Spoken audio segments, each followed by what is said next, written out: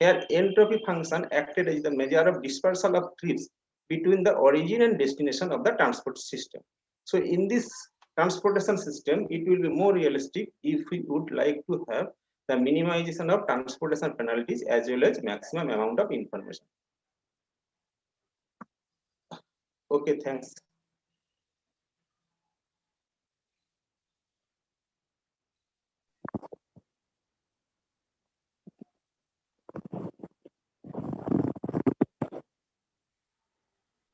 Dr. Mushtaq Saab, Dr. Sabira is ready. You can invite her now.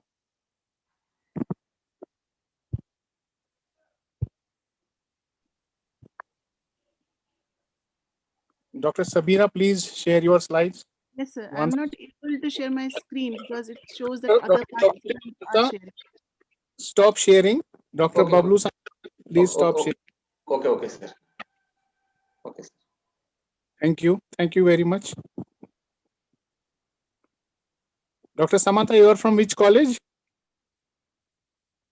Sir, actually, Minnapur, West Bengal, Egra Sarada Shashibhushan College, sir. Minnapur, West Bengal, Egra Sarada Shashibhushan College. Great to have you here in this meeting. Thank you. Thank you, sir. Thank you, sir. Thank you very much.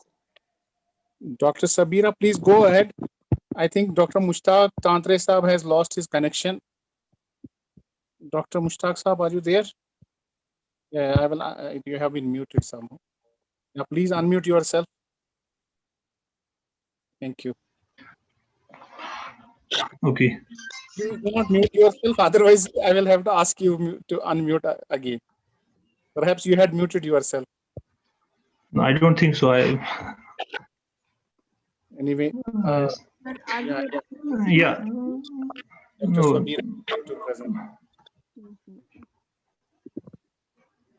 It's not visible yet, ma'am.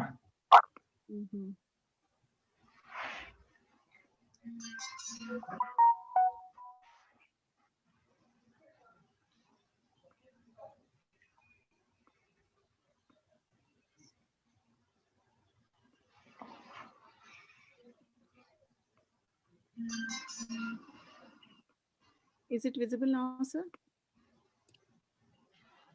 No, not yet. Having some issues from morning.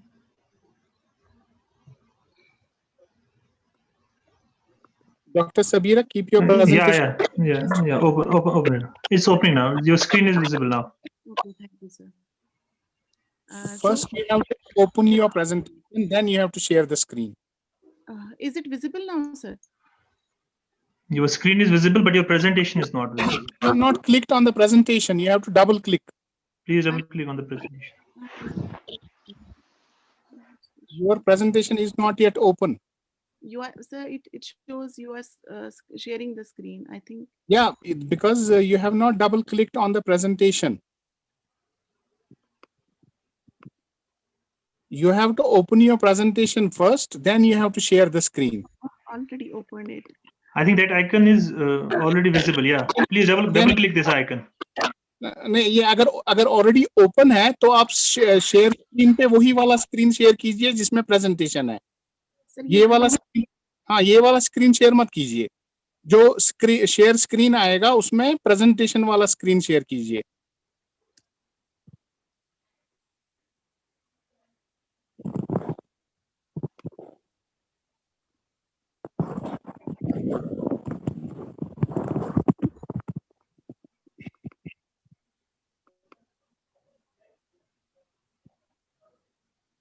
Doctor Sabira, आप इस वाले page को, screen को बंद ही कीजिए क्योंकि ये तो फाइल्स दिखा रहा है. और जहां पे प्रेजेंटेशन ओपन है उस पे स्क्रीन को आप, उस पेज को आप शेयर कीजिए. पहले आप इसको ओपन कीजिए अगर ओपन नहीं है पहले.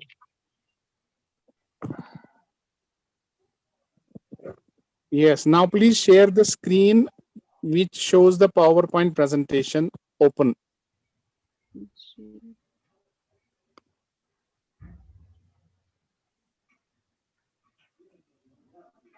Perhaps you have not opened the PowerPoint presentation as yet. It is already open. I don't know what is the issue. So can I continue now without?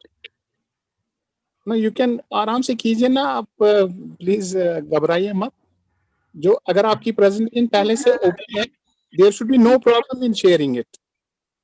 I don't know sir, ये आ नहीं रहा है sir. Actually I am using the new device. मैंने कहा था मेरे उसमें कुछ issue आ गया है. Yes, we can understand. I am not familiar with it. Madam ये जो शेयर स्क्रीन में आप उसमें 2-3 विंडोज आएंगे, जी, तो वो विंडो आप शेयर कीजिए जिसमें पावर पॉइंट प्रेजेंटेशन आ रही है.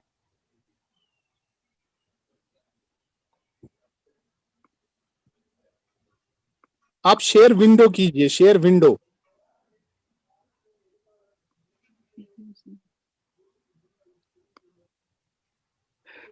सर मेरे ख्याल से कोई और थे जो चाह रहे थे शायद प्रेजेंट करना. अगर वो ठीक है, फिर doctor Sameer was now doctor Mushtaq, please invite doctor Sameer. Dr. Sameer, I am ready. Okay, please go ahead. Yeah, please go ahead.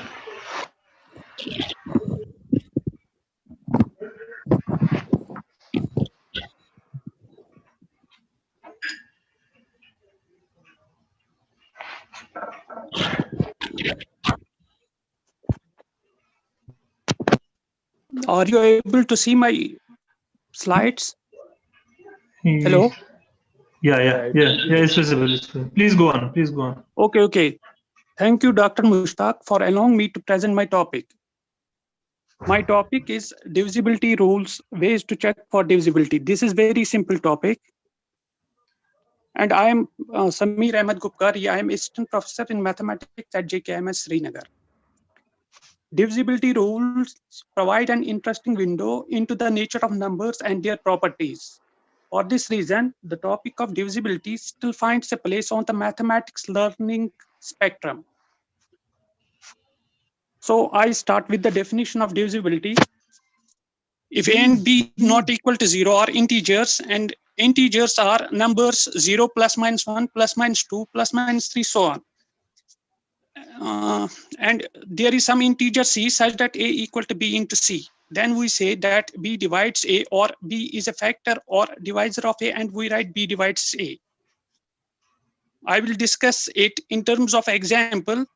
We take two integers 77 and 7, and we find we get an integer 11 such that 77 is equal to 7 into 11. It means that 7 divides 77. Similarly, 24 divides 24 because 24 is equal to 24 into 1. So 24 divides 24.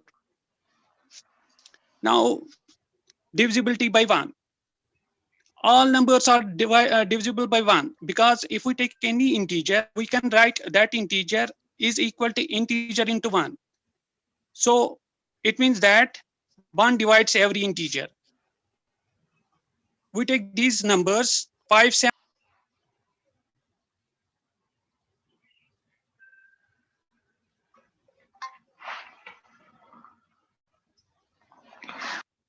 Hello, Dr. Sameer.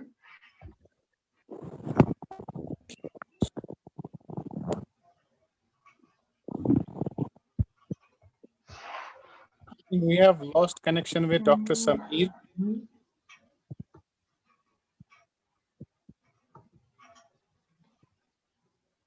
He has muted himself. Dr. Sameer, please unmute yourself.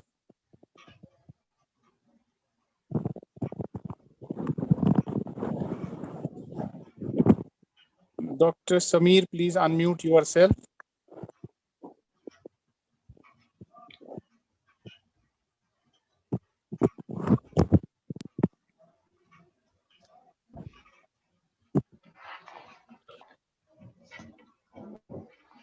Yes, Dr. Sameer, continue.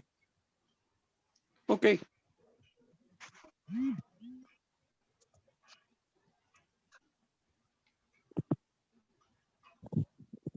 Dividing by 2. A number is divisible by 2 if and only if it is an even number. All even numbers are divisible by 2. In fact, it is the definition of even number. A number is even if and only if it is divisible by 2. Even numbers are numbers that end with either 2, 4, 6, 8, or 0. It means that if we have a number that ends with one of these numbers, then that number is divisible by 2. In these numbers, in case first 4, 5, 8, at the units place, we have 8, and this is even number, so 458 is divisible by 2. In case B, 1279, at units place we have 9. 9 is not divisible by 2, so this number is not divisible by 2. Now, by dividing by 3, a number is divisible by 3 if and only if sum of digits is divisible by 3. What we do here, we add up the digits of number, and if that number is divisible by 3, then the original number is divisible by 3. If the sum is still a big number, we continue the process till we get a small number. And if that number is divisible by 3, then the original number is divisible by 3. For example, we take the number 738. We add up the digits of the number 7 plus 3 plus 8. This is 18. And 18 is divisible by 3. Therefore, the original number is divisible by 3. Or we add up the digits of 18 again. 1 plus 8 is 9. And 9 is divisible by 3. So the original number is divisible by 3. In these numbers, in case first 639, here we add up the digits of 639. 6 plus 3 plus 9, this is 18. And 18 is divisible by 3. So 639 is divisible by 3. Similarly for other numbers. Now dividing by 4. A number is divisible by 4 if the number formed by last 2 digits is divisible by 4. If we have a number which consists of 1 digit or 2 digit number, we can simply say that whether that number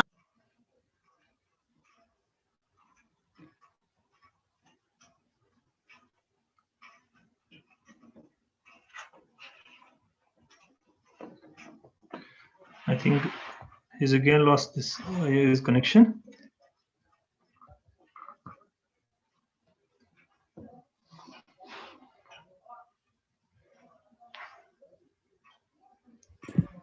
Yes, there is. Yeah.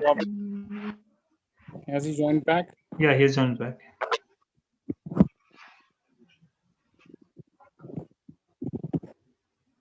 But he's not audible. Yeah, he's not audible. I think he has muted himself again. He has muted it. He muted himself again. We already have Professor Manzoor Ahmad Malik Saab. I think we can stop the presentation and we can invite Professor Manzoor Ahmad Malik Saab. Yeah, sure. Let me unmute him first.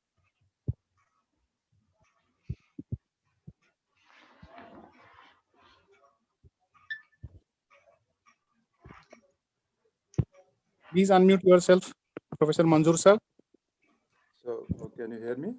Yes, you are audible. Thank you. Welcome to this session, sir. I request moderator of the session, Dr. Mushtaq Ahmad Tantre Saab, to please begin the proceedings of the technical session and welcome the guest, Dr. Mushtaq Saab. Dr. Gill. Yes, sir. Ji, Dr. Saab. You are audible to me.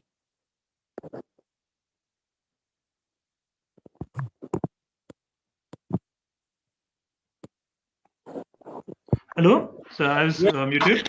Yeah. Dr. We Mushtaq. welcome. Yes. Basically, I was muted, sir. I don't know. People are getting muted. What is going on? I don't know. Yes, There is an issue. Please go ahead. Please go ahead. So we welcome today's guest, Professor Manzoor Ahmad Malik, for this special program, sir. I, on behalf of HRDC and the participants, my colleagues, welcome you to this session.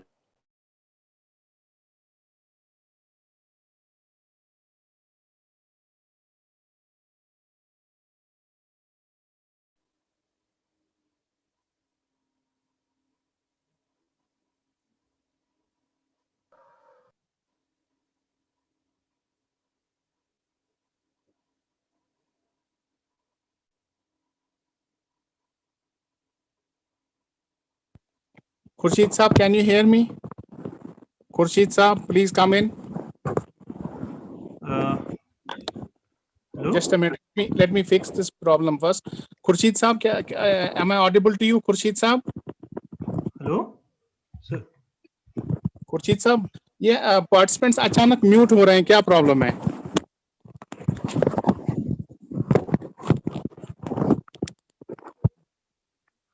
Participants are getting muted themselves.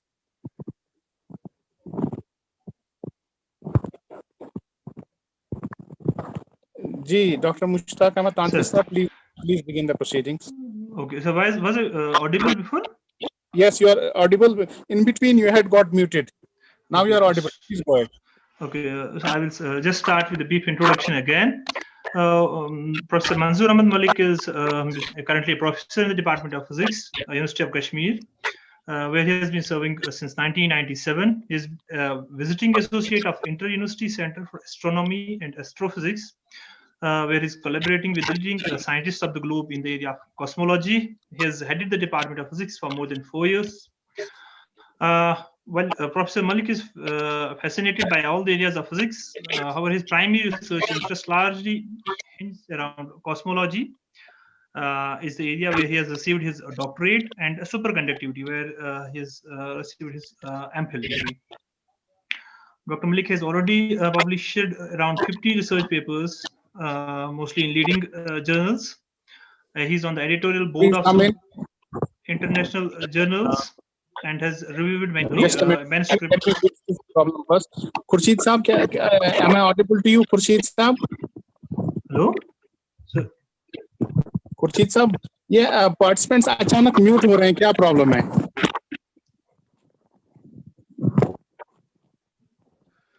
Professor मंजूर साहब, आपने कहीं YouTube का muted themselves?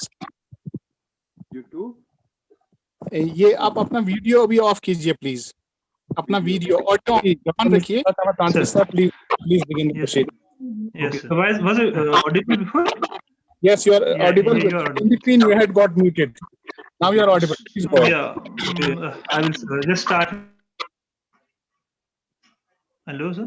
Professor Malik has published around 50 research papers, and he's in the editorial board of some international journals. His several students have received their research degrees under his supervision, and he's received funding for 4 projects from ISRO, SERB, DST, NARL, and UGC. He's already visited several countries abroad for academic work, including Japan, twice, Italy, Iran, Malaysia, Thailand, and Vietnam. He's also organized several workshops and conferences, including the annual meeting of the Astronomical Society of India, attended by more than 450 delegates from outside the state. With this brief introduction, sir, I thank you for joining us, and I request you to please go ahead with your presentation. Okay. Hello? Khurshid साहब, ये participants अचानक mute हो रहे हैं, क्या problem है?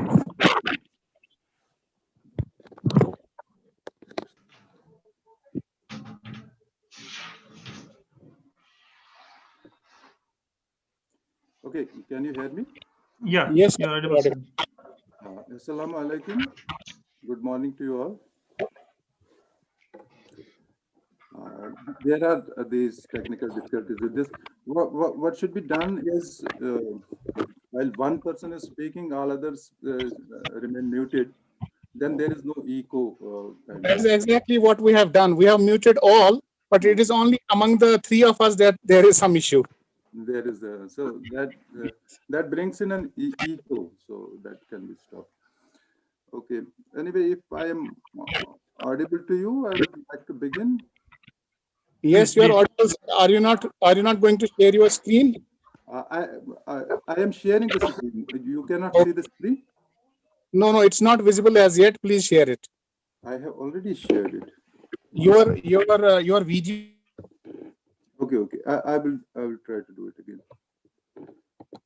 I have shared the screen, but okay.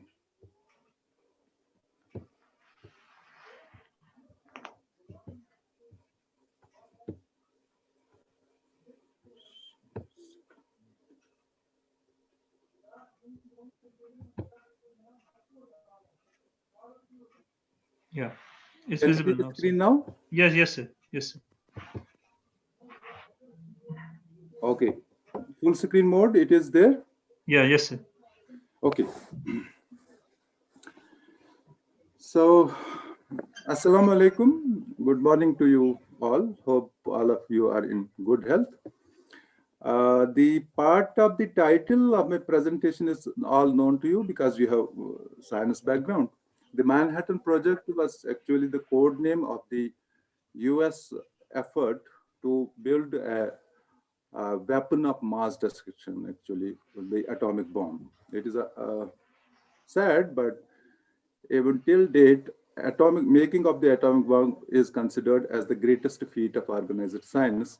So that is the origin of the title of this presentation. In this talk, I am going to address few questions like why the atomic bomb was made at the first place when its sole purpose was to cause mass destruction, how it was made, uh, how guilty are the scientists for first making it and then its use on the two Japanese cities, Hiroshima and Nagasaki. How did it change the world order? And where do we stand now? Such kind of questions will be addressed in this type of a talk, and why it can be called as the greatest feat of organized science. So those are the things that I'll be discussing in this talk. Okay, now it is said that it all started with this letter that Einstein wrote to the then President of the United States, President Roosevelt.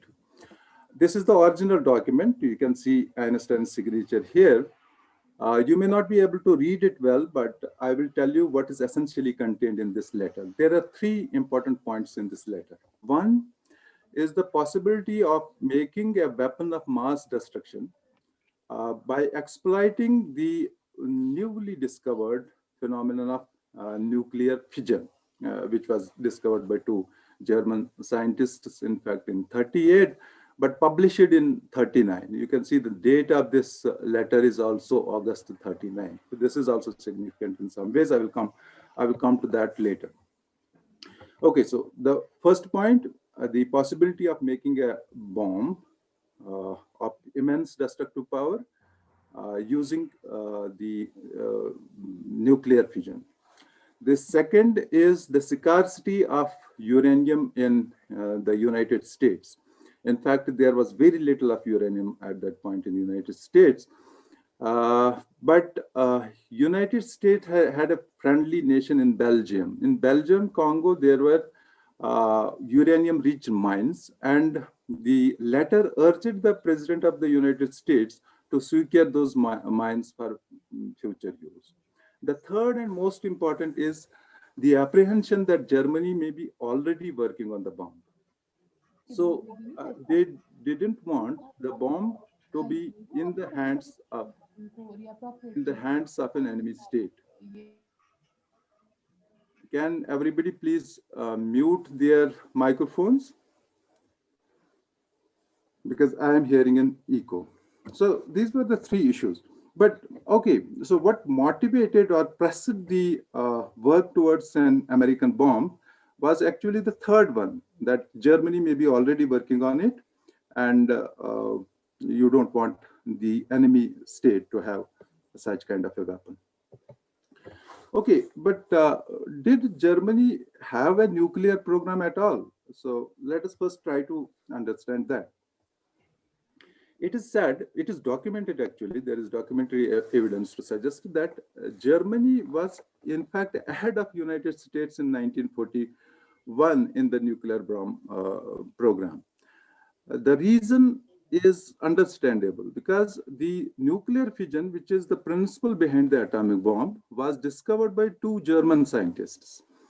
Heisenberg, a great scientist, a Nobel laureate, was in Germany, and he had a group of nuclear physicists who were competent to make a bomb. So that is there. So it is possible that they could have made a bomb.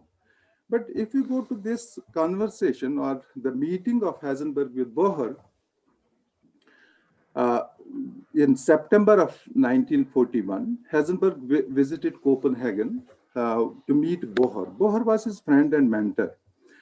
Bohr was the founding director of an institute there named Institute of Physics. which is now known as the Niels Bohr's Institute. So this is the question Heisenberg asked Bohr. It is documented. I can provide you the evidence also. Does one as a physicist have the moral right to work on the practical exploitation of atomic energy? This question has two main points in it. One is Heisenberg is asking about moral authority, right? Moral right of a scientist to make a weapon of mass destruction. So this indicates that Heisenberg was not morally comfortable with making such a weapon. The second is, because he's talking about exploitation of atomic energy, that means he knew beforehand that such a weapon can be made. So these are the evidences that Germany was working on this. So Heisenberg was certain of German victory. In fact, this is the talk of September 1941. US had yet to enter the war, World War II. World War II had begun in 1939, but US had yet to enter the war. It entered in, the World War in 1941. So Heisenberg actually was, Germany was making inroads and was fast conquering large parts of Europe. So Heisenberg was certain of a German victory. Bohr was a Jew. He was not comfortable with this, this thing that Hitler may be ultimately ruling the whole of Europe or whole of world as his plans were. So Bohr asked Heisenberg, is an atomic bomb truly possible? So this means that Bohr was not aware of such kind of a possibility that an atomic bomb can be made. So this Heisenberg handed him the diagram of a nuclear reactor. So if Heisenberg has a diagram of a nuclear reactor, that means they are working on it. So these are the indications that Germany indeed had a nuclear program. But later, Bohr is alleged to have passed that diagram to the Los Alamos, I mean, the Manhattan side. And the friendship was lost forever between Heisenberg and Bohr, actually. Bethe, another scientist, is on record to have said that Heisenberg never had any interest in making an atomic bomb. And also the project required huge funding and resources, manpower, etc., which was not which a small country like Germany could not afford. So in short, what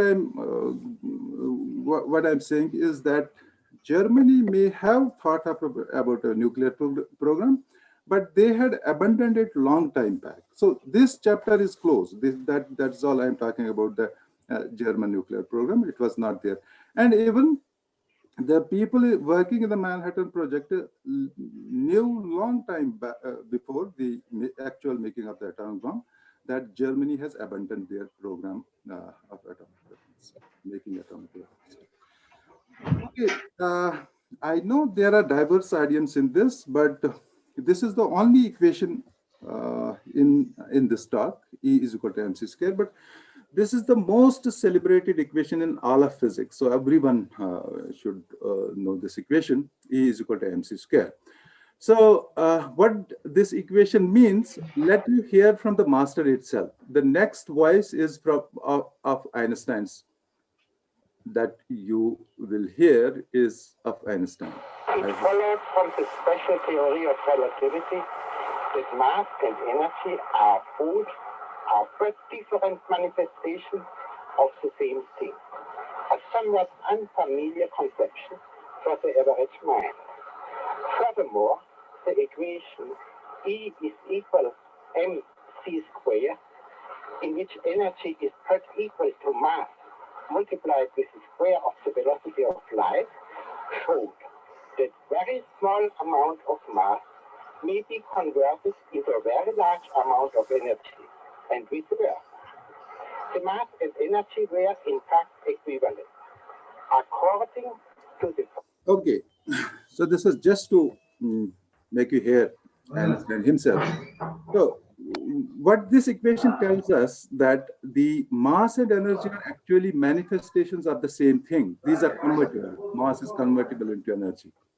But a small amount of mass actually contains large amount of energy. That is what equation tells you, because the C is a very large number. The C is a very large number. This is the velocity of light, which is a very large number, and you have a C square sitting there. So, to give you an idea,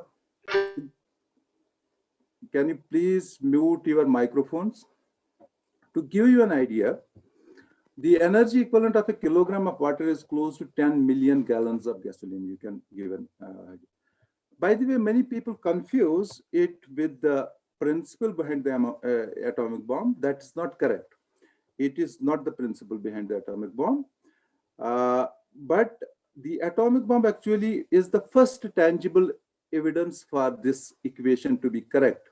In fact, this equation predicts that on an average, in the fission of uranium-235, 200 MeV of energy should be released. That is the prediction of this equation. And experimentally, it was found to be the same amount actually. So this is the power of this simple equation. Okay, now I am continuing with a little bit of scientific background, and then we will go into the story of the atomic bomb actually.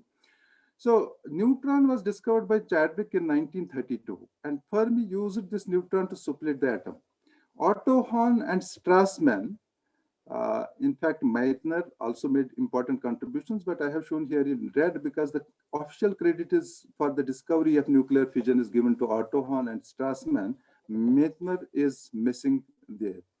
So they refined the Fermi's theory and are credited with discovering nuclear fission. In fact, Otto Hahn and Strassmann are the two credited with discovering nuclear fission.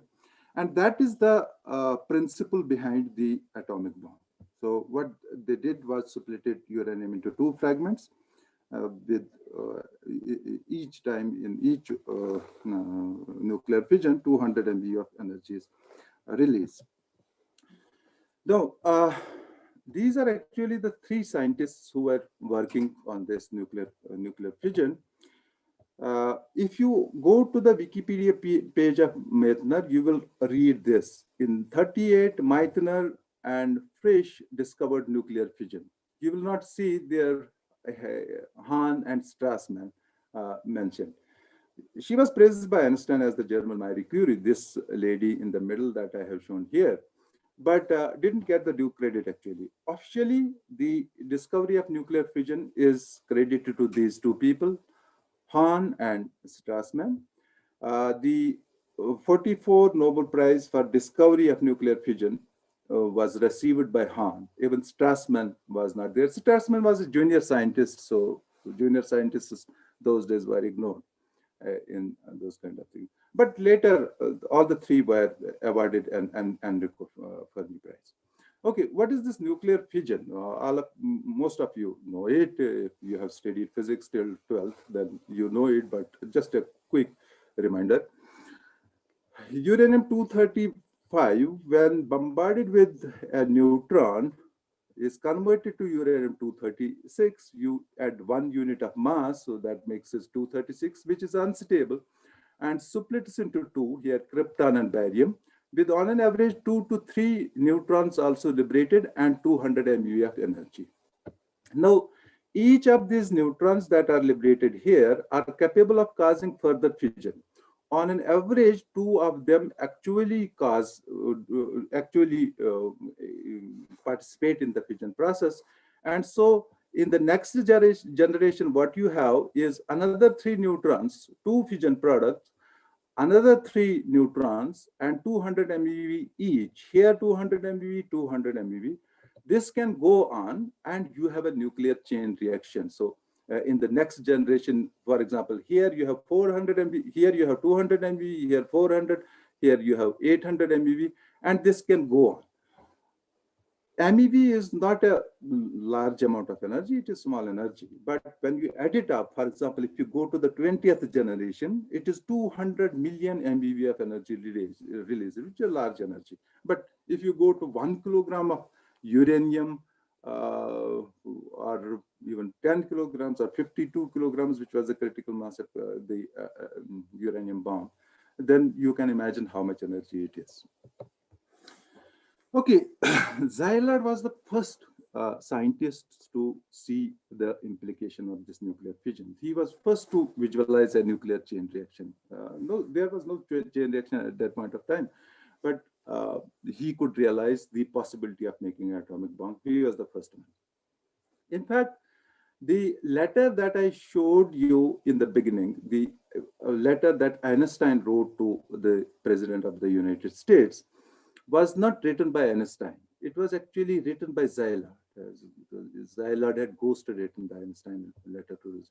It had only Einstein's signatures. And in fact, Einstein had later regretted having put his signatures on that letter. Szilard suggested self-substitution, nothing to be published related to nuclear fission or chain reaction or anything related to that to be published, which was a huge advantage because Germans could not know. Germans were facing problems in certain areas which Americans knew how to handle it. Had the work been published, then Germans would have known it and fixed their problems. But what was decided was that the friendlier countries should be informed. America was the choice for many reasons. One, that majority of the scientists who were fleeing Germany and all other European countries were converging in the United States. And America had the resources to fund such a huge project. It was going to be a very huge project. So it had the resources. So there was a misleading report, meanwhile, that Germany are building the bomb, and that prompted fast action. Roosevelt swiftly replied to Einstein's letter. This is the document from the White House replying to the Einstein. One in this letter is that you go ahead with what you are proposing, and he also had appointed a coordinator, Dr. Sachs, who was actually, he was an economist, but he was coordinating with Albert Einstein on that. So go ahead. Okay. Now, in 1933, Hitler came to power in Germany. Just after coming to power, he passed some very nasty laws known as the Nuremberg laws. One among the Nuremberg laws was forbidding employment in the civil services to anyone with a Jewish parent or grandparent. This included the universities also. So that means people with Jewish lineage cannot get jobs in universities. These people had to find jobs. So that is why they were forced to flee Germany. And mostly they landed in the United States. It is said that had there been no World War II, atomic bomb would never have been made. This is because World War II made scientists from all across Europe to flee and converge in the United States. Had there been no World War, they would have been working at their own places, and this endeavor could not have been possible. So this proved to be a huge advantage to the Manhattan Project. Scientists helped the US military, and the majority of the scientists, as I will go through the slides, you will realize that majority of the scientists who actually built the bomb were European scientists, which had fled Europe. Okay, I am giving a brief biographical sketch of the scientists who made major contribution to this project. Look at their nationalities. For example, Szilard was a Hungarian Jew. So he had to leave. He was working in Germany, born in Hungary, but he was working in Germany. But he had to leave Germany in 1933 because of those Nuremberg laws, anti-Jewish laws.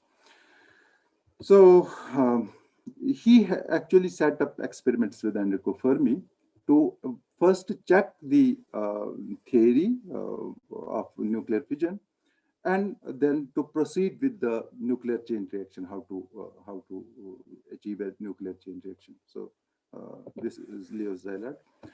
Fermi was Italian, if you can remember, in Italy at that time, there was Mussolini's fascist dictatorship. He had to leave Italy in 38. Around 38, he left Italy. It was the time when he also received the Nobel Prize. Then this man created the first self-sustaining nuclear chain reaction. Ulam, he was Polish, born in Poland, but again a Polish Jew. So he found a position in Princeton, and then he developed some methods what are known as Monte Carlo methods that helped the creation of the atomic bomb. Bohr was born in Denmark. I told you a little bit about him. He had also to flee Copenhagen. He was again a Jew to escape the Nazis. And then it is said that nobody knew atom better than Bohr at that point of time. So he greatly aided the efforts for making the atomic bomb.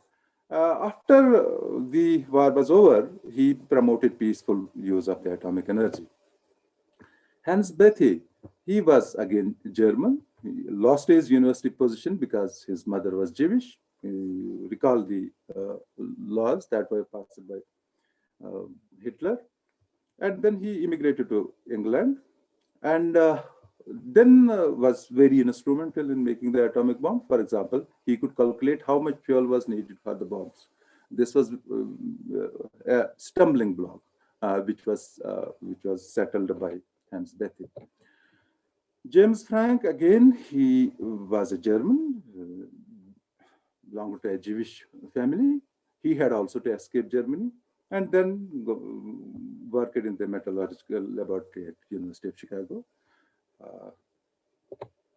Albert Einstein, German Jew again, he renounced his citizenship early in 1933 itself. Other than signing that letter, but that kickstarted the atomic bomb project, he has no contribution in the atomic bomb. He was a pacifist, actually. Wigner, again, Hungarian, Jew, belonging to a Jewish family. So what his contribution is, whether a fission-induced chain reaction was possible, this was settled actually by Wigner. Edward Teller, again a Hungarian, he had immigrated to United States in 1935. He is known as the father of the hydrogen bomb. I'm not talking about the hydrogen bomb, but it is a much deadlier weapon, 1,000 times, even more times deadlier than an atomic bomb. So he is known as the father of the atomic bomb. Father of the hydrogen bomb, actually. The principle of hydrogen bomb is different than in one case, in the atomic bomb, it is nuclear fission. In the hydrogen bomb, it's nuclear fusion. You can ask questions later regarding that if you want to know more about this. And similarly, there were many people. For example, Emilio had also migrated to United States in 1938, and then set up spontaneous fission experiments there. Von Neumann was a mathematician, actually, a great mathematician. He was Hungarian, so he did calculations required for the construction of an atomic bomb. So, and there are so many others. For example, these were other main leads. For example, Williams was the deputy director of the Trinity Test. Vezikov, Smith, Ellison, Goldsmith, Nethermeyer, so many scientists. What I'm trying to tell you here is, if you have seen the previous slides, is all those scientists who made major contribution to the atomic bomb project were European scientists who had to leave their countries in distress and converge in the United States. In fact, this is a picture that I have copied from some source.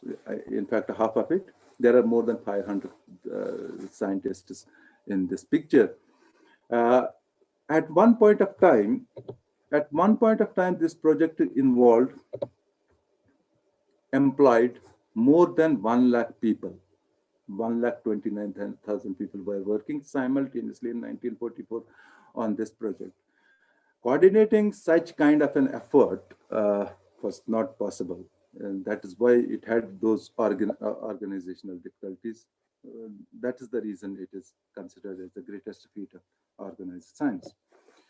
Okay, now look at what this brain drain does. For example, between 1900 and 1932, Germany, which has an area of one Indian state, Rajasthan, in fact, it is less than double the area of Jammu and Kashmir state. It was a state. It had 25 Nobel laureates in physics and chemistry.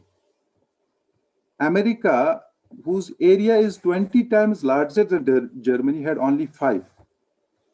25 German Nobel laureates, 5 US Nobel laureates in 1900 to 1932. During the 50 years that followed, Germany had only 13 Nobel Prize winners. America had 67. Now you can see what is the reversal here. America got 67, but most of these were by scientists who had immigrated to the United States from European countries, actually. Okay, so now the bomb had to be made. There were difficulties. For example, first, raw material. You need raw material to make a bomb. In all of United States, there was less than 1 ounce of uranium. I mean, less than just a few grams of uranium in the whole of United States in 1939. They needed tons of these. There was a solution, which was written in that letter also, that there were uranium-rich mines in Congo, Belgium, and actually 200 tons of high-grade uranium were sent to New York undercover. That remained discovered for 2 years. But this problem was solved, the problem of raw material was solved. Lighter uranium atoms, see, uranium-238, which is the naturally occurring uranium, is not fissile. Fissile is uranium-235, but it is only 1% of the naturally occurring uranium. It is to be extracted from that. So that is quite a laborious process. But meanwhile, in Berkeley, another fissionable material, plutonium, which is uranium-239, was isolated. So this was also being sorted out. By the end of 1941, this is the progress report. There was no chain reaction. Without chain reaction, there is no atomic bomb. There was very little of uranium-235. In fact, scientists made a rough estimate. This is a joke, but this is the kind of estimate they had made. It will take 27 million years to produce a kilogram of uranium. This is 1941. And 20,000 years for plutonium. That was the situation at that point. Everything else was in discussion stage because they hadn't the raw material, they hadn't the nuclear chain reaction to sustain such kind of a thing. Meanwhile, President of the United States began to worry, and he sent a letter inquiring about the progress. So these were the few pointed questions in that letter. One.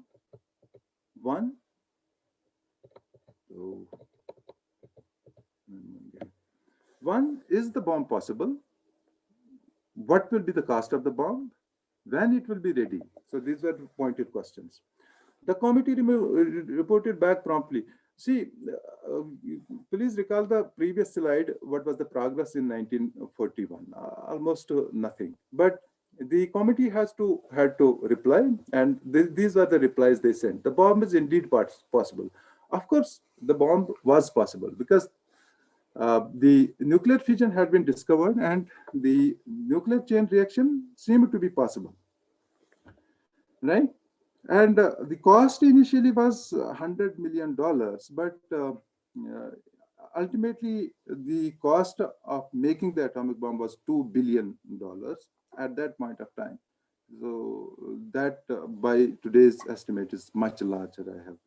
I have given you a number at the end that you can see. And they gave a date. Actually, it was a guess. July. It will be ready by July 1944. Eventually, it was ready by July 1945. These recommendations were accepted, and the Manhattan Project was actually created now. Robert Oppenheimer, this man, was appointed the director of the Manhattan Project. He was appointed by General Leslie Groves. Leslie Groves was the head of the Manhattan Project. Okay, so he was appointed by a general, a man from army.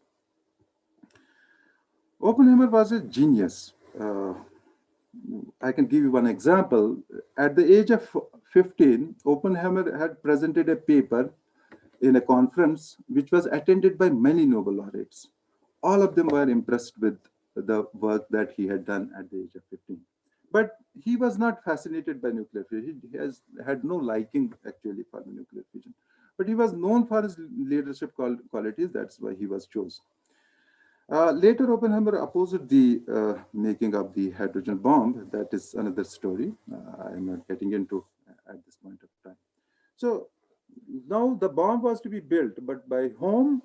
It would involve theorists, experimentalists, mathematicians, radiologists, metallurgists, chemists, and other biologists and other specialists. Everyone, actually, it required everyone to be in this. Los Alamos was the site where the main activity was going on. So this is the Los Alamos site where the main activity was going on. But there were parallel sites. For example, this is site W. This is site W in Hanford. This was in Washington. This was in New Mexico. And this was in Oak Ridge, that is Tennessee. Clinton Engineering. These were the main sites where different parts were being built, but it was finally assembled here at Los Alamos. This is the Trinity site, the test site here. But you can see others. You see where else people were working on the on this project. University of Chicago, you can see here. University of California here. You can see Columbia University or Harvard University. So many universities and all research centers. You can see these dots shown here, whatever these caps or kind of things showing here. All were involved in making this project. It was a huge effort, in fact. Okay, in 1944, there was some progress. Actually, at that point of time, 6,000 scientists and engineers from leading universities were working on the bomb. There were certain difficulties which were removed. For example, how to explode a nuclear bomb was an issue, and implosion, that means you take subcritical masses and you implode one into the other, then you can solve that kind of a problem.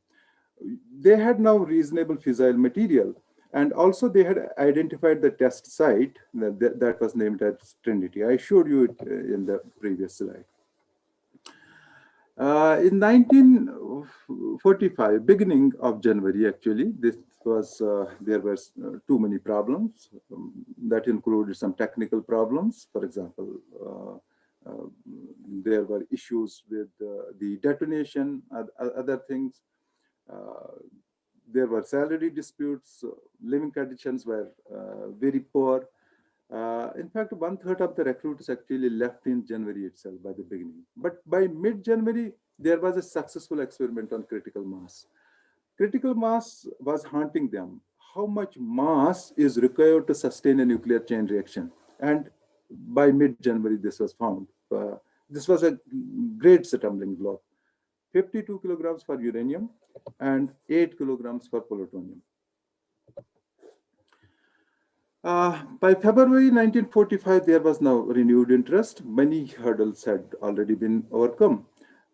They had enough nuclear material to make bombs now, but there were still problems because the bomb would have 500 components. Any one of the components, if it malfunctions, that could be disastrous. For example, it may go off by its own and then destroy everything while it is being assembled, actually. in April, there was successful development of electric detonator also. So most of the hurdles were settled by April 1945. 1945 was a very happening year. On April 12th, April 1945, President Roosevelt died. This was the man who had given go ahead to this project. He was now no more. On 30th April, Hitler committed suicide. So he had started the World War II. That person is also gone. On 7th May 1945, German army surrendered unconditionally. The bomb was to be actually built for Germany. The original idea was to stop making Germany a bomb, or to make a bomb before Germany makes it. But Germany had surrendered unconditionally on May 7, 1945. There are many reports that Germany was aware of the bomb actually at that point of time, and then they surrendered. But these are contrasting. For example, if you need to know who is talking about the bomb, then you can understand these things. Light आ गई है, मैं on कर लेता हूँ, एक second.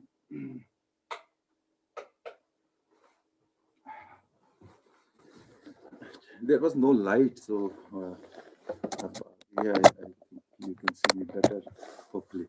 Okay, so now that Germany was out of the war because it has surrendered, you need to find out your targets. It is said that once it was known that Germany is not making the bomb was never to be used against Germany. It was always to be used against Japan. So a target committee was set. There was a meeting which was attended by mostly the American army generals, but it was also attended by scientists, which included Oppenheimer, Fermi, Compton, etc. Some top scientists were in that meeting. In that meeting, the decision was made that the bomb will be used against Japan without warning. Why without warning?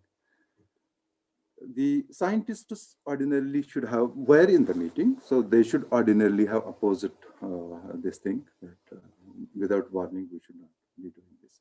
But the problem was that the bomb had not been yet tested, and the scientists were unsure of its success. So what they were worried about is the embarrassment that will follow if we give a warning to Japan and the bomb actually fails to explode. So that was the dilemma with the scientists. It is said because of that, they didn't want a prior warning. And there are some other reasons also, which we can see in the following slides. On June 12, there was a petition headed by one of the scientists, James Frank, against a surprise attack.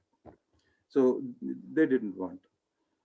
Szilard, who had initiated this atomic bomb project actually, together with 70 other scientists, had placed another petition urging restraint.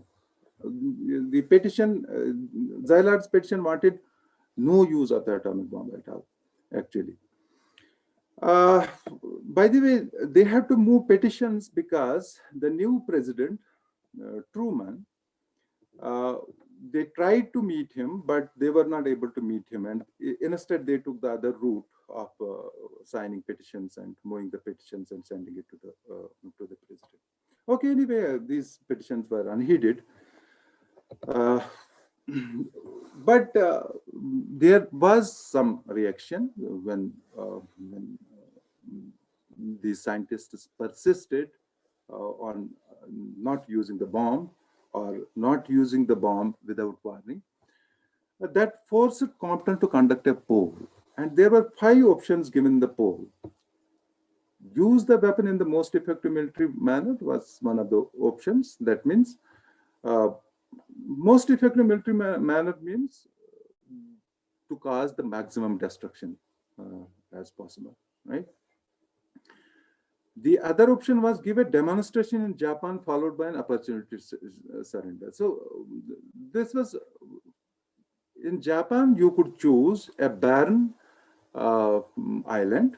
You can drop the bomb in that barren island, uninhabited island, and then Japanese can see the destructive power of the weapon and then may surrender as a consequence. So that was the second option that was given. The third was, you don't even need to go to Japan. You bring some Japanese representatives and then demonstrate to them the power of the bomb in the United States itself. So that was the third option given to them. The fourth was withhold military use of the weapon, but make public experimental demonstration. You can test it and then make that public so that everybody knows how destructive the weapon is. That is another way. There was another option, maintain it as secret as possible. So the motivation for this was, people already knew that it will lead to an arms race, new kind of a very dangerous arms race. So if you can keep it a secret, then we can stop that arms race also. But this was the distribution of the poll. 15% voted in favor of using it to cause maximum destruction. 46% wanted a demonstration in Japan. I mean, this is a pre-warning kind of a thing. 26% wanted a demonstration in the United States itself. 11% wanted no military use of the weapon, and 2% wanted to keep it secret. Okay, but see, in this poll there were scientists as well as people from military. Most of the scientists didn't want to use this weapon. Anyway. So anyway, on 16th of July 1945, precisely at this time, the bomb was tested at Trinity. Trinity was the secret site for testing the bomb. Temperature was 100 times that as sun's surface. Sun is very hot. It is 5,500 degrees. Surface temperature of sun is 5,500 degrees centigrade. Surface temperature of sun is 5,500 degrees centigrade. Imagine 100 times. It is like bringing 100 suns to the surface of Earth. Pressure was 100 billion atmospheres. You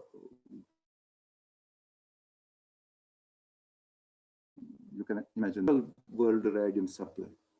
It created a crater which was 1,200 foot wide and 20 foot deep. Fermi quickly made an estimate. It is 20,000 tons of trinitrotoluene. 1 kilogram of TNT is 4.6 megajoules. Actually, it's huge energy. So that is the kind of energy. There were some scientific inferences. Testing is done to draw inferences to optimize the use. For example, at what height the bomb should be dropped so as to cause maximum damage. These kind of inferences were drawn after the testing. After the testing, there were mixed reactions. For example, Rebbe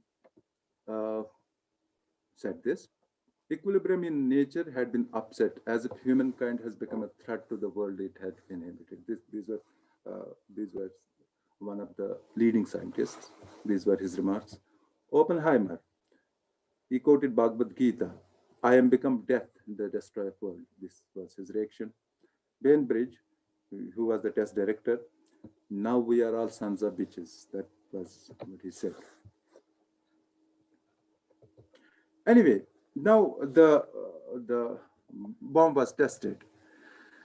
On July 26, 1945, an ultimatum was sent to Japan. This is known by the Potsdam Declaration. This was worded in the most harsh way. It was worded in such a way so that Japan would have no option other than to reject this kind of an ultimatum. So the thing was, they had to surrender unconditionally or face prompt and utter destruction. There was no mention of the bomb in that ultimatum. Naturally, Japan rejected that ultimatum on July 28th. 2 days later, Japan rejected that ultimatum. When Japan rejected the ultimatum, it was known that the bomb is to be used against Japan. Szilard and Frank continued their dissent. They tried hard, along with the scientists, 70 other scientists that had signed their petition, tried hard to stop it, but failed. In fact, the Compton poll was a result of Szilard and Frank's continued efforts to stop use of the atomic bomb.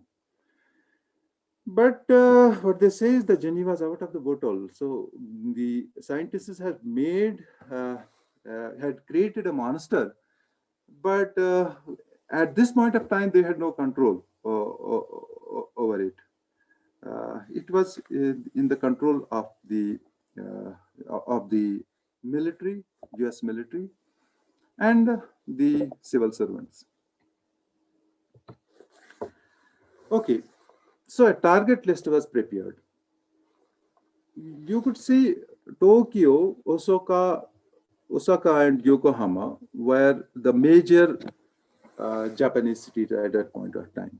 But these were already devastated, almost totally flattened or burned. For example, in 1945 itself, March 9 to 10, 41 square kilometers of city were burnt, of Tokyo city were burnt with bombs. 1,600 tons of bombs were dropped. Another raid on April 30, that burnt 30 square kilometers of Tokyo. Tokyo was razed to ground completely. In fact, in these two raids itself, 1 lakh people were also killed. And the city was totally destroyed. This was the case with other major Japanese cities also, like Osaka and Yokohama. So using a weapon on a city which is totally devastated doesn't make sense. So therefore, these were not in the list. In the list are these 4 cities actually. The first list that was prepared, Hiroshima, in that order. Hiroshima, Kokura, Niigata, and Kyoto were named as targets. These were so targets, there was a criteria for choosing the targets. The potential targets should have at least 5 kilometer, should be 5 kilometer in diameter. Urban area, large enough for the bomb to cause maximum destruction. Actually, that was the criteria for choosing the cities. It is said that these cities had not suffered the intense bombing as other major Japanese cities. It is said that these had been kept untouched for the nuclear bomb, actually. It is also well documented in the literature. All except one, which is Kyoto here, were accepted as the targets. This Kyoto is actually the capital and cultural Mecca of Japan. But the Jews wanted to destroy it for the same purpose, because it is the cultural capital of Japan. Destroy their culture. Don't keep a trace of that culture. But Kyoto had good luck in one way. Secretary of the War, Henry Stimson, and his wife had spent part of their honeymoon there. In fact, Stimson had been there twice in Kyoto. And because they had some very fond memories of their honeymoon in Kyoto, perhaps Stimson's wife actually prevailed and then was successful in dropping it from the list. Kyoto was removed. Instead of Kyoto, Nagasaki was picked.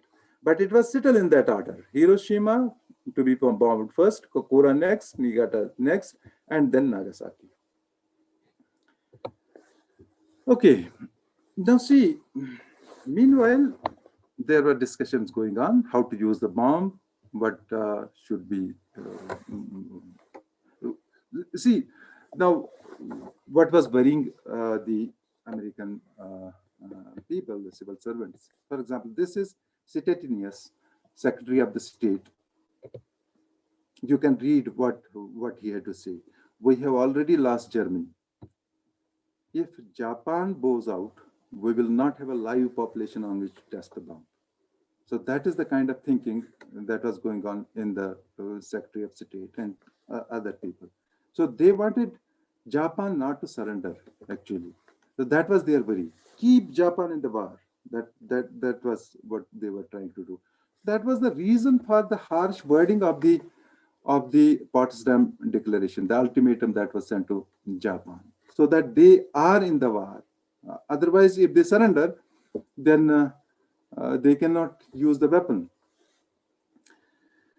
So this is what they were thinking. For example, tally should be 1 million. So we should terrify the world with that atomic bomb. Tally should be 1 million. So these are the people who are to be killed. It is always known when you bomb a city, the main target is civilians. In fact, 95% were civilians who were killed in these attacks. Okay, on August 6, 1945, at 8:15 hours, I have to hurry. So, the first uranium bomb was dropped on Hiroshima. 60% of the city vanished. 78,000 were dead instantly. 37,000 were injured. 13,000 went missing. 140,000 were to die of radiation leukemia. These numbers are disputed a bit. It may be a lakh up or a lakh down if you take the combined total. These are disputed. This depends upon who is giving you the numbers. If you go by the US version or the Japanese version or other independent versions. Okay. So this is photo of the little bomb. I can skip through because I think I have little time with me.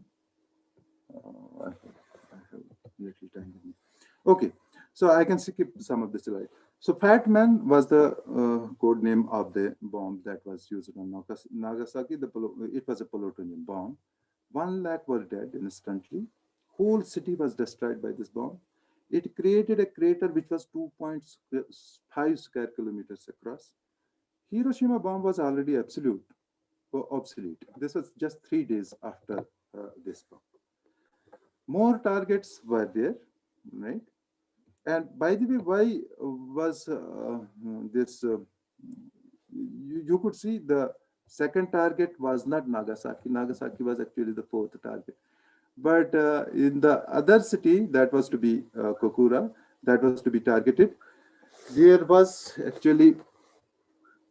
were clouds on that day. There were clouds on that day, because of which the bomb could not be dropped there. Then they choose the next nearest target, which was Nagasaki. Anyway, so on the 12th of August, there was another plutonium bomb ready for shipment. It was delayed. Perhaps it is written that the president intervened. He wanted not to do it in a haste, third bomb. On August 14, Japan surrendered. So that ended the World War. With Japan's surrender, the World War II was over. But not before consuming 85 million people, mostly civilians. The World War II consumed 85 million people. And if you can see here, the majority of these casualties were from Russia and China, USSR. 24 million from Russia, 20 million from China. And then you can see in the list for Indonesia, even India, Yugoslavia, all right? So India was then a British colony. So because of that, it was involved in the war, and so on. So Germany, Japan suffered massively, and some other cities, in Poland also suffered massively at that point. About 17% of Poland's population was a victim of the war. Okay, so was a bomb really necessary to end the war? General Eisenhower in his memoir has written this: Japan was already defeated and dropping the bomb was completely unnecessary. These are General Eisenhower, who was involved in the war. Admiral Lee, who was chief of the staff to both the presidents, Roosevelt as well as Truman, writes this: use of the barbarous weapon at Hiroshima and Nagasaki was of no material assistance in our war against Japan. We had set an ethical standard common to the barbarians of the Dark Ages. Leslie Groves, who was head of the Manhattan Project, writes, people who talk of outline the atomic bomb are mistaken. What needs to be outlawed is war. This partly makes sense because 85 million people were killed in the war, out of which 0.3% were victims of the atomic bomb. 99.7% had other reasons. Okay, so you have to stop war, right? Weaponry can be there. So whether you kill in bunches or you kill one by one, that doesn't make sense. Okay. Admiral Halsey writes this: atomic bomb was used because the scientists, he's blaming the scientists, that scientists had a toy and they wanted to try it out. It was an unnecessary experiment and mistake to even drop it. Scientists are opposite the use of the bomb, but he is blaming the scientists. So somewhere the scientists are also to be blamed. Out of curiosity, also you do something. Sometimes these kind of that kind of things. So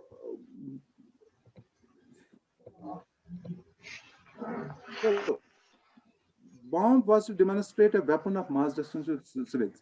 So by the way, by that time, Cold War between US and the USSR had already begun. So US actually wanted an upmanship in negotiations, post-war negotiations, and for that they have used the bomb. So that is also one of the reports that is suggested.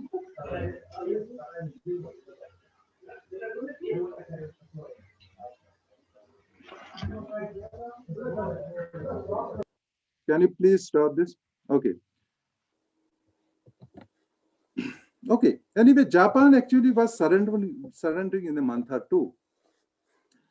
So anyway, $2 billion were spent on the bomb. If you go by the gold price of 1940, it is rupees 36 per 10 gram in India was the gold price in 1940. It is now exceeding 50,000 rupees. So you can now see what was the, by current estimates, what is how much money was spent on the bomb. It runs into thousands of billions of dollars. So in fact, this Manhattan Project became the organizational model for American big science. Man on the moon was inspired by the success of Manhattan Project. Manhattan Project was almost an impossible task, which was successfully accomplished.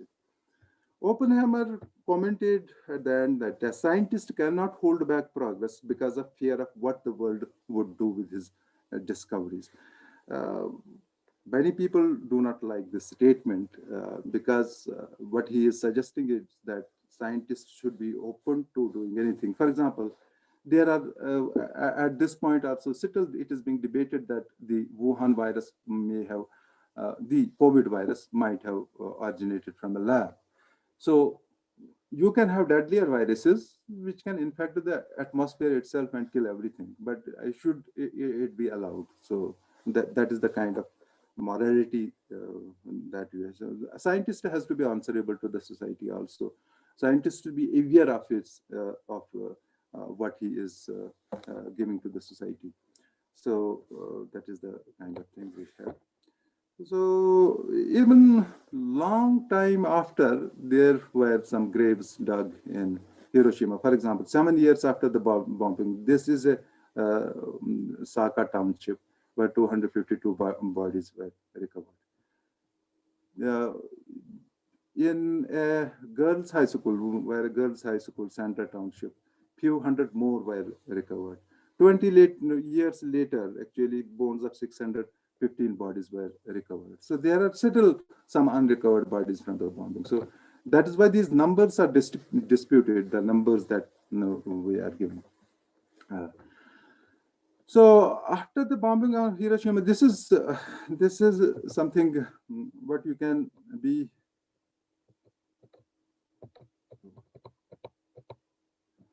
So this is a Japanese term, Niju Hibakusha, twice bombed. Actually, after the Hiroshima bombing, a number of people moved to safer places, some to Nagasaki. 3 days later, a bomb was dropped on Nagasaki. So those who had survived Hiroshima were then subjected to the Nagasaki attack. It is said that 160 people survived both bombings. Official account is by one engineer, Yamaguchi. Yamaguchi, at the time of Nagasaki bombing, was describing to his boss what had happened. When through the window he saw the same light, same white light coming. So this is another incident I wanted to bring it to your knowledge. So with that started the new arms race after the bombing. In August 19, I told you the Cold War between Russia and US had already begun. And the bombing of Hiroshima and Nagasaki, one of the motivations was the Cold War between Russia and United States. On August 1949, Russia tested a nuclear bomb.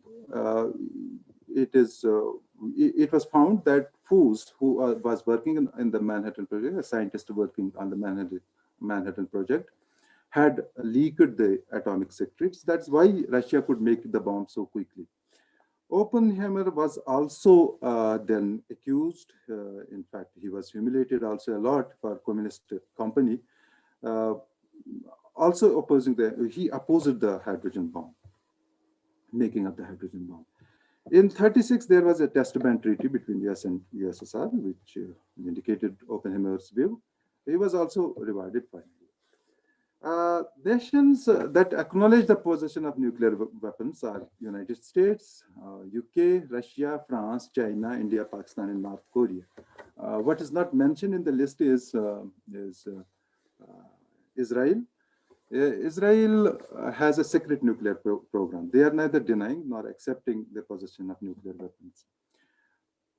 It is said that some developing countries are in the preparation for making such technology, acquiring such kind of technology. Iran is one of the countries that is suspected to have, but not sure. Deadlier weapons have been tested. Hydrogen bomb has been tested. Hydrogen bomb is 1,000 times or more deadlier than the atomic bomb. These also have been tested. More than 200 nuclear tests have been conducted since 1945. This is the stockpile, nuclear stockpile on which we are sitting as on date. USA has 8,500 nukes. Russia has 11,000. UK has 225. France 300. China 250. 240. India has 80 to 100. Pakistan has 90 to 110. North Korea has 10. Israel has a secret nuclear program, and it is believed that they have 80 to 200 nuclear weapons. I will end with this quote by Einstein. I don't know what weapons countries might use to fight World War III, but wars after that will be fought with statics and errors. What he means is World War III will end all kind of living beings. The civilization has to start afresh like from the Stone Age. So that is what he's saying. But we didn't see a World War II even after a lot of provocation. After 1945, we didn't see World War III. So what fear of annihilation actually is serving as a deterrent. The fact that nations are possessing such kind of devastating weapons, which can damage the whole planet many a times actually, is preventing war. So that can be the positive part of it. So I will stop there. Thank you. Thank you, Professor Manzoor Saab, for beautifully taking us along a detailed journey of how the atomic project was conceptualized, what scientific knowledge was already available at the time, what were the problems facing to conceptualize and execute the project, the impact of World War II leading to the brand end from European countries to the US, particularly the scientists who became the leaders of that Manhattan project. I think this is a lesson which is still relevant for us today, and also how the problems were there is solved step by step, and the unfortunate circumstances that unfolded as soon as the bomb was in the control of US military and civil services. There were strategies to keep in Japan the war, even when they were ready to surrender. So I'm sure I don't think I feel all the participants will be of the view that we could not have grasped this much had we even read the history books regarding about it for days and months. We thank you, sir, again, and this session is now open for a question and answer. I will basically read few questions which I posted in the chat box.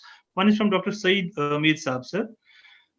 He says, did Hiroshima and Nagasaki had any Japanese military bases? That is the question? Yes, sir. Hiroshima and Nagasaki had small military bases, that is true. But it was not enough to bomb the whole city. I mean, the provocation was not enough to bomb the whole city. So in the documents, it is always written when what is the reason. You cannot normally bomb a civilian population, right? So you have Yes. to identify some military targets, right? Yes. For example, in Hiroshima, there was an engineering project which was helping the Japanese army.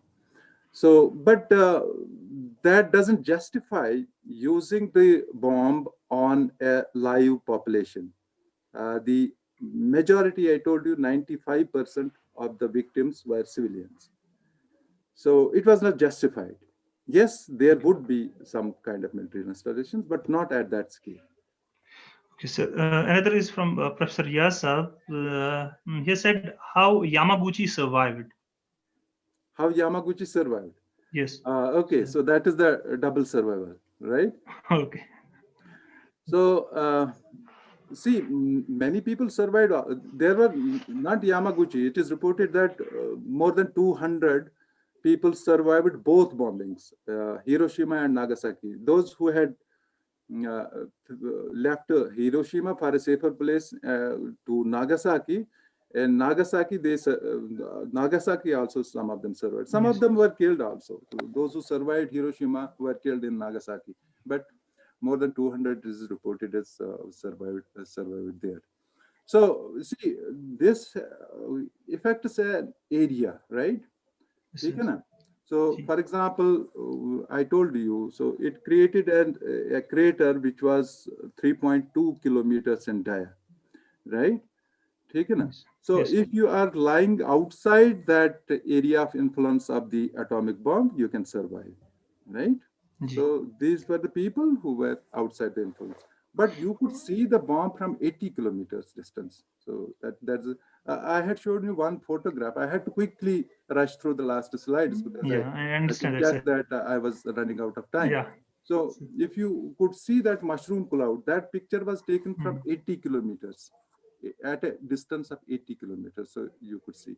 So you could feel the heat to say 20, 25 kilometers, but you could survive that kind of a heat even. So it depends upon the distance, how far away you are. Yes. So another is one from Professor Taslim Saab. He said that on one side we recognize the destructive nature of it, and on the other hand, nations are in a race to have them. What is the possibility of having them again used in the near future?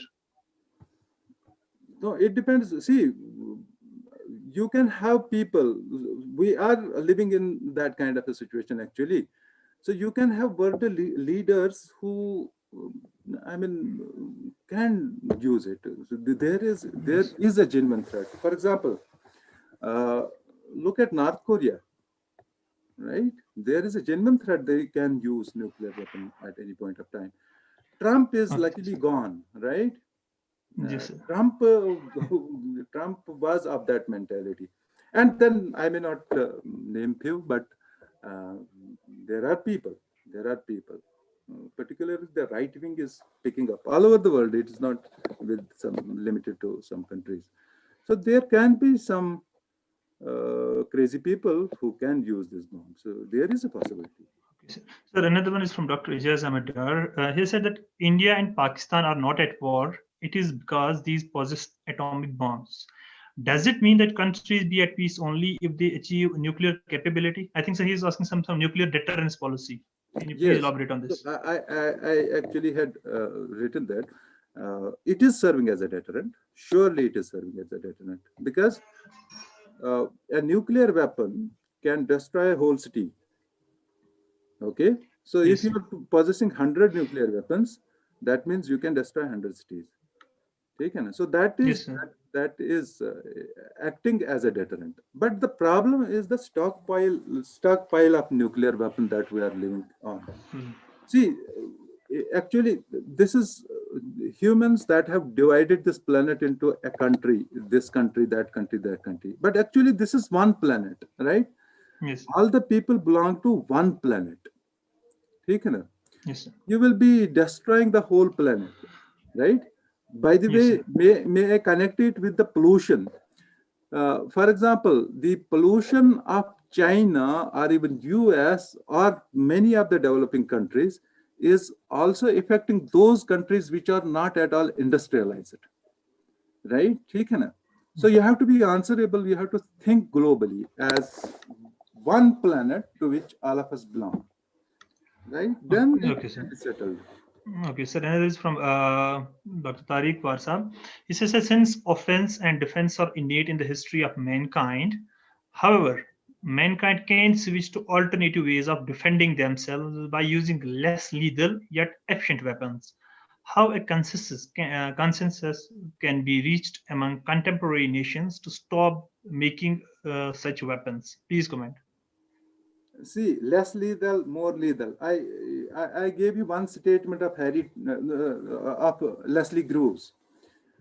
If you can still recall what he said, it is actually the war that has to be stopped. You cannot stop the. See, do you know the kind of weapons that were used in Ladakh recently by the Chinese army on Indian army? Yes, sir. That I think is, I mean, it is better to be bombed by a nuclear bomb than using that kind of a weapon. Okay. So the point is, see, I made that point actually. 85 million people were killed in the World War II. 99.7% of those were not killed by atomic bomb. Okay? Yes. So bomb is stopping bomb doesn't appear to be the solution. What is problem with the bomb is that it can destroy the whole planet altogether, right? It cannot restrict it to regions and people. It will destroy the whole planet. So that is the problem. But other than that, how can you make less deadlier these things? You'll be killing people anyway. Okay. So another is from Professor Mubashir Mir Saab.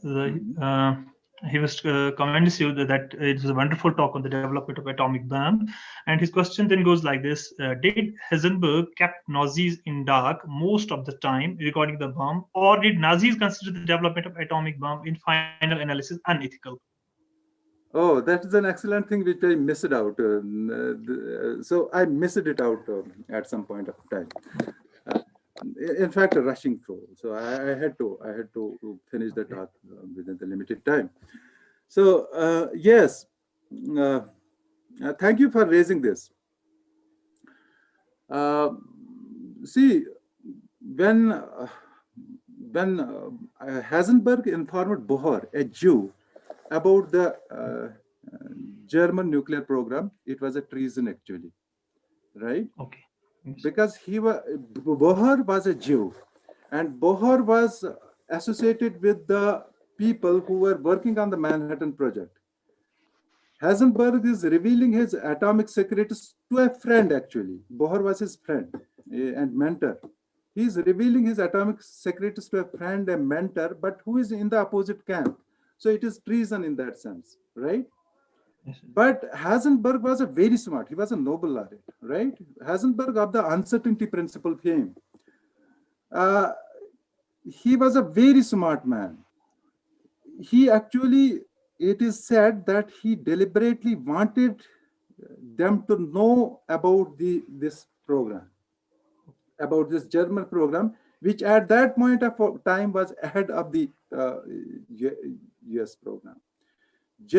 Heisenberg himself, as Bethe has written in his memoir, that he never wanted to make an atomic bomb. So not only he had kept the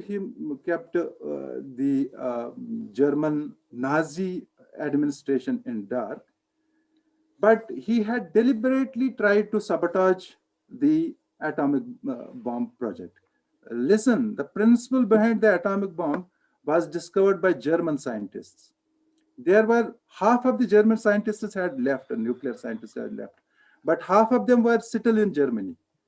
They could have made it, and German engineering is still considered the best. Okay, so they had the engineers to build such kind of a weapon. But yes, it is true. But if you look at the bottom of this thank you slide, there what I have written is, in war the first casualty is truth, right? So what is written is by the person who wins it. The losers don't write history. That is why history should never be trusted.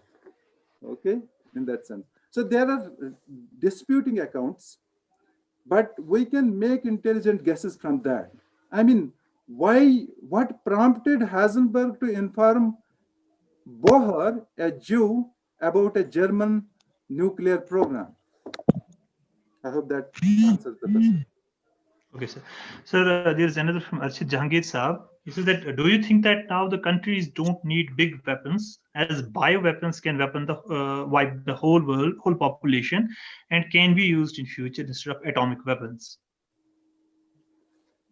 You can see, for destruction, you have all means, right? You can destroy. Construction is difficult. Destruction is so easy, right? Yes, sir. Yes, there is this biological warfare which is much dangerous than that. For example, if viruses are being prepared in the laboratory, Dr. Geer may be there. He will tell you more. He can tell you more about it. These are being made in the laboratory, right? We already have naturally occurring viruses. Why do you need more viruses? Right? So biological weapons can be much more dangerous. That we have seen, for example, COVID, this virus kept us confined for a year inside the home, right? Yes, sir. Sir, another one from Dr. Tariq Naisab. I think you already covered it. Is that has dropping of the bomb really prevented future use of such bombs? Dropping of the bomb has prevented future use. It is serving as a deterrent for sure. So it is serving as a deterrent, but it has not stopped the armed race. For example, what I will say, hydrogen bomb can destroy, has 1,000 times more destructive power than this. Oppenheimer had opposed the work on a hydrogen bomb, working towards it, because what for do you need it, right? It can only cause destruction at a very large scale. For example, what 1,000 atomic bombs can do, one hydrogen bomb can do, and you cannot confine it to a small area. It has to be a larger area for this. But why are you working on a hydrogen bomb? These have been tested by both United States and USSR, the two competing superpowers at that point of time, right? Both have tested. And then there is so much weaponry which is being advanced. So it has not stopped The advancement on weaponry manufacture, after all, it is also a huge market, right? ठीक है ना? But yes, we didn't see a World War III till now. We didn't see a World War III, although there were 2-3 stages when World War III was looking to be imminent. I think, sir, that is it from the question and answer section. Sir, on behalf of HRDC Center Coordinator Geet Saab, and from the participants, thank you again for joining us. Sir, in this can I ask session. a parting question? Yeah, please go. Okay, Manzoor sir, thank you a lot. Your talks are always very much interesting. I am Said for clinical biochemistry. A hypothetical question, other I say like a funny question. Like based on your very last slide, the Einstein's quote, like, I don't know how the World War III will be like, but the next World War will be fought with the sticks and stones. Could we people like our present world be a sort of progeny of such a war that has happened in the past? I couldn't hear you properly. Can you please repeat the last sentence? I could not hear properly. Could be we, the present generation of the people, could be we the progeny or living in such a situation where earlier such a war has happened when nothing was left then, and we started from zero? It is possible. The possibility is always there. I mean, see, there are some hard-headed people in the world even at present, and particularly when there is hate all around, right? So hate blinds your power of thinking. So if you cannot think properly, then you can go into that state. What I am saying is like this. For example, when USSR disintegrated in 90s, right? USSR disintegrated. US lost an enemy in USSR. US always needed an enemy to thrive. And a consequence of USSR's disintegration was the Muslim world as enemy of the US. Muslim world was created as an enemy for the United States. And you can see so much hate against the Muslim world which is being propagated. Now, if you are pushed to the wall, right? And if you have means to defend yourself, then it can trigger something.